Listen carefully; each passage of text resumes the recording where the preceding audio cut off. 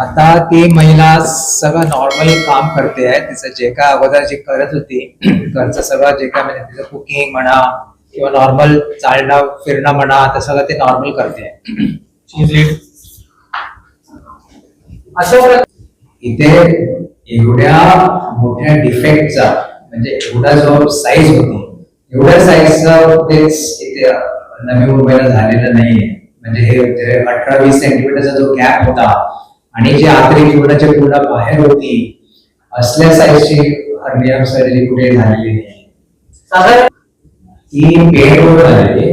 तिचं अगोदर अलिबागला आणि दुसऱ्या त्याच्यावर अजून एक ठिकाणी ऑपरेशन झालेलं होतं आणि ती नंतर मग आमच्याकडे ओळखीने आलेली होती. तर आम्ही तिला सगळं एक्सप्लेन केलं होतं.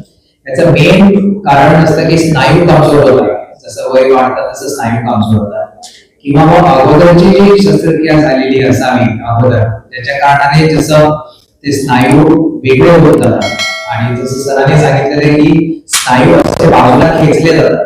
त्याच्यामुळे थोडा जरी गॅप असेल मध्ये आणि जर पेशंटने जर काळजी घेतली नसेल त्यावेळेला ट्रीटमेंट घेतली नसेल तर ती गॅप तो वाढत जातो. जो डिफेक्ट असतो तो वाढत जातो आणि हळूहळू तो जास्त होतो.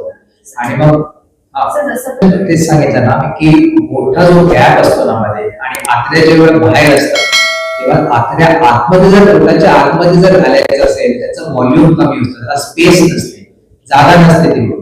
त्याच्यामुळे तेवढे जर आतड्या जे बाहेर असतात आणि सडनली आपण स्नायूच्या आतमध्ये घातलं तर पोटाचं जे आवरण असते त्याला आवरण दिल्यानंतर सडनली त्याला पेशंटला श्वासोश्वास घ्यायला त्रास होऊ शकतो. त्याच्या फुफ्फुसावरती प्रेशर येतो तेव्हा आतड्याला आतमध्ये जर आपण ढकलतोय आतमध्ये स्नायूचं त्याला आवरण देतोय जे आवरण नसते.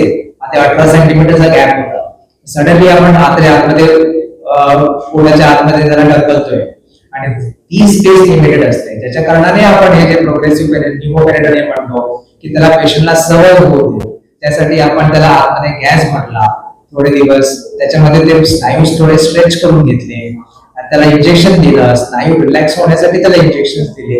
हे जे सगळ्या गोष्टी आहेत त्याच्यासाठी आपल्याला हे प्रिपरेशन लागतं. आपण जर समजा म्हटलं की आत्ताच आपण डायरेक्टली ऑपरेशन करणं असं नाही होत कारण ते फेल झालं.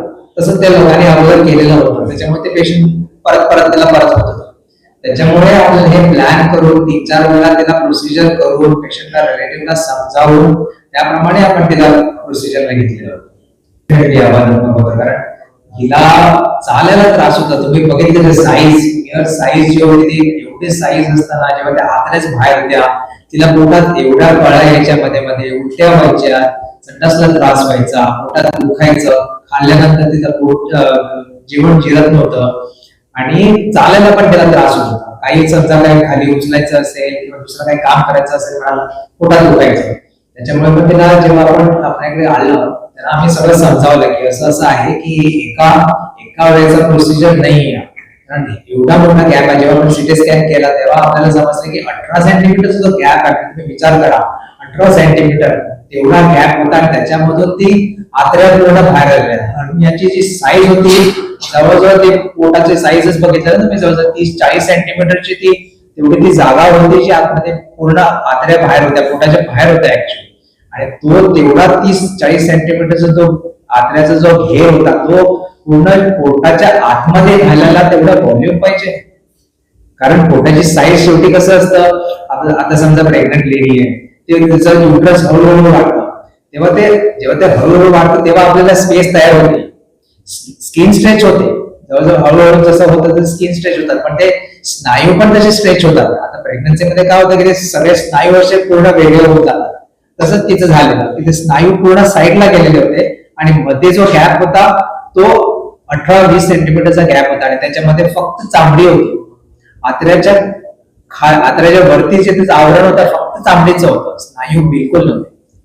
ती एकदम हसत गेली आणि ती आता म्हणते की मला सगळं आता नॉर्मल तिचं काम ती घरचं करू शकते की ती अगोदर करत नव्हती. आता तिचं जेवणाचं तिची ॲपेटाईट पण वाढलेली आहे भूक पण वाढलेली आहे जेणेकरून ते सगळं नॉर्मल खाते आहे. तिचं मोशन्स पण नॉर्मल होते शौचालय पण नॉर्मल होते तिचं त्याच्यामध्ये आता एकदम खुश आहे. तिला योजनेद्वारे आम्ही तिचं ऑपरेशन केलेलं आहे. पेशंटकडून एकही पैसा आम्ही घेतलेला नाहीये.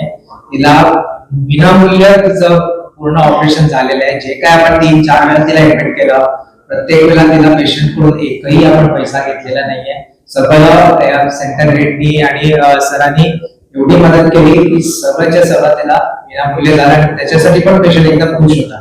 त्यांना कुठले, कारण ते जसं सांगितलं मी, इंजेक्शनची कॉस्टच एवढी होती, एवढे महागातले इंजेक्शन होते, तिला ती एवढी अफोर्डिंग होती की एवढी तिला दुसरीकडे पण ती गेली असती तर तिचं जवळजवळ 4-5 लाखाचा खर्च आला असता.